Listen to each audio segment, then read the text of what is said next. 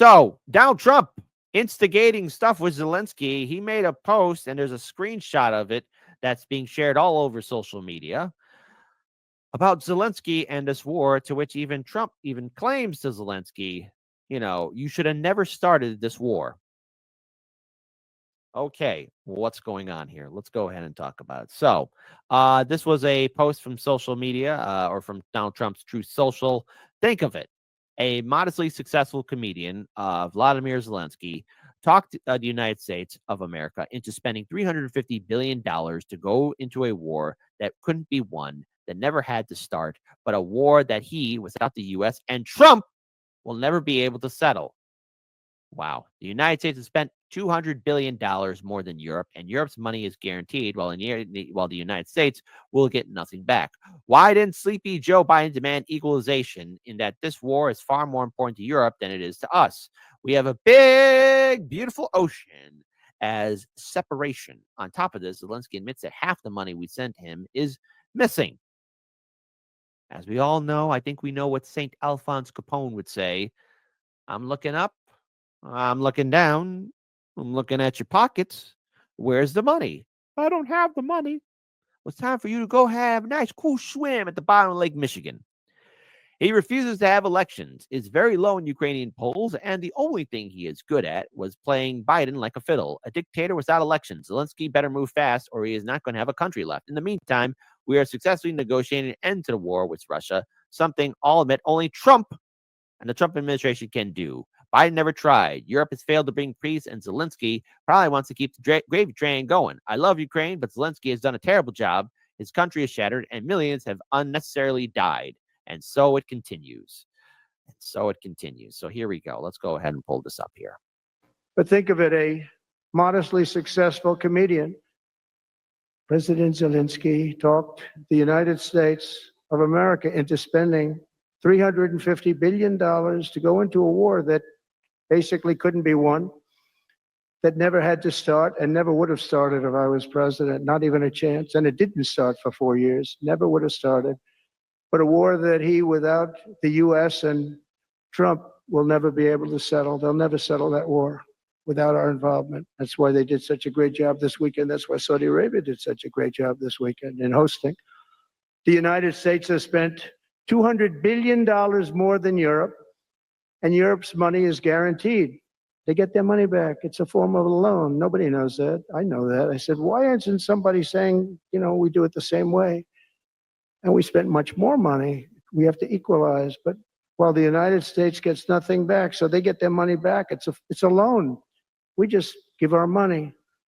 And we had a deal based on rare earth and things, but they broke that deal. But they broke it 2 days ago. We had a deal because they said we're spending $350 billion and Europe gets their money back in the form of a loan and we don't. We're just giving the money hand over fist. That's the Biden administration for you. So, folks, that's pretty fascinating. Now, hold on. Also, he refuses to have elections. It's low in the real Ukrainian polls. I mean, how can you be high with every city is being demolished? It's hard to be high. Somebody said, oh, no, his polls are good. Give me a break. Every city is being demolished. They look like a demolition site, every single one of them. And the only thing he was really good at was playing Joe Biden like a fiddle. He played him like a fiddle. That's an expression we use, yes, sir, to say that he's pretty easy. A dictator without elections.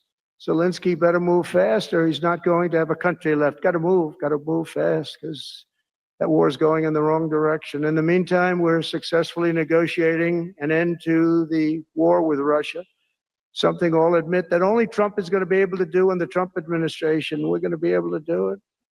I think Putin even admitted that. He refused. So, here it is. The U.S. President Donald Trump criticized Ukrainian leader Vladimir Zelensky on Tuesday following complaints from Kiev about being sidelined in the U.S.-Russia peace talks in Saudi Arabia. Speaking to reporters at his Mar-a-Lago residence, Trump said he's very disappointed with Zelensky over his failure to resolve the conflict that he should have never started. Trump's remarks followed Tuesday's high-level meeting in Riyadh, which outraged both the EU and Ukraine. who were not invited to the discussion. Zelensky described the meeting as disreputable, rebuking the U.S. For helping Putin get out of years of isolation and treating Russia as a victim.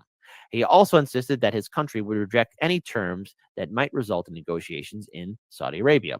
The U.S. president responded that Zelensky and other Ukrainian officials are in no position to complain about not being invited to the talks. He further blamed Zelensky for failing to resolve the conflict despite having years to do so.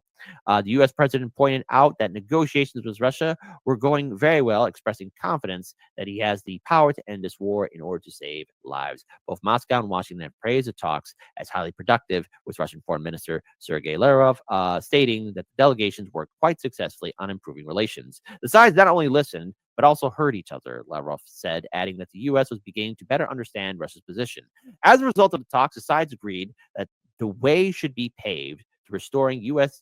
Russian bilateral ties, and working towards a resolution to the Ukraine conflict. The delegations also agreed to arrange a summit between the two countries' leaders. Russian President Vladimir Putin also hailed the results of talks, resolving that Ukraine will be impossible without normalizing relations between Moscow and Washington, he stated on Wednesday. And of course, now, in a horrible choice of things not to do, dumb things to do, I would say this: Zelensky accuses Trump of repeating Russian disinformation. Dude, you should not be biting the hand that feeds you right now, okay? You need to calm down and be a little bit more reasonable, okay? We right now we need to just be clear on this, because this is a recipe in which, my goodness, what are you talking about, Zelensky?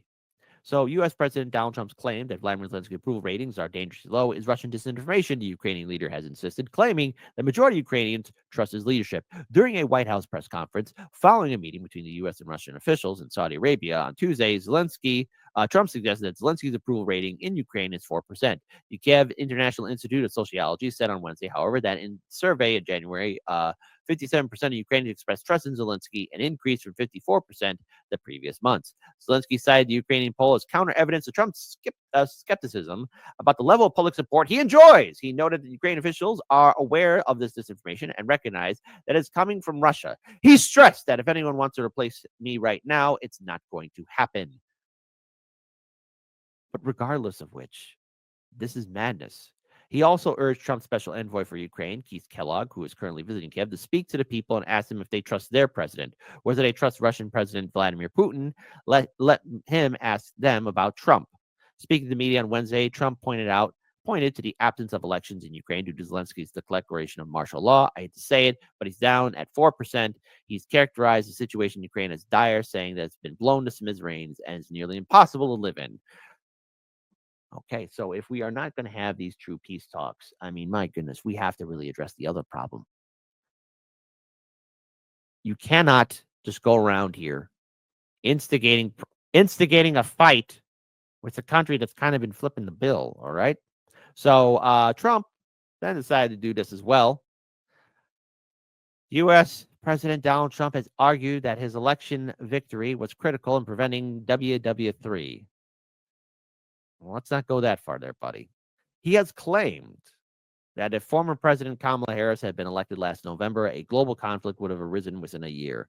Trump reiterated his desire to be remembered as a peacemaker and a unifier on Wednesday in Miami Beach during an event organized by the Future Investment Initiative Institute, a nonprofit run by Saudi Arabia's sovereign wealth fund.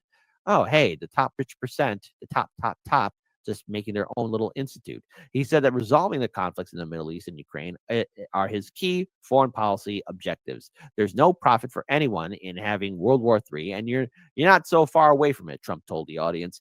If we would have had this administration for another year, we would have been in World War III, and now it's not going to happen. In his farewell speech at the State Department last month, then President Joe Biden and his administration's biggest goals were to rally the world and defend Ukraine and avoid war between two nuclear powers. Well, geez, I wish the Biden-Harris administration actually invested into peace. Wouldn't that be a sight? Trump has criticized Biden and his team, including Harris, for what he claims was gross incompetence. He has often argued that under his leadership, the tensions over Ukraine would not have escalated into an armed conflict. And of course, we cannot forget how the Democrats were all on board for the immediate support and absolute madness of the war in Ukraine. I do wish that people were at least more self aware of the situation at hand. But as it stands, Trump, of course, made this promise to call for a ceasefire. Now, he said he'd get it done in a day. To be clear here, if he thought he was going to do that, I got a bridge to sell you that goes to nowhere. But this process does take time. I am ever hopeful that peace can be achieved, but the war must end, as it should.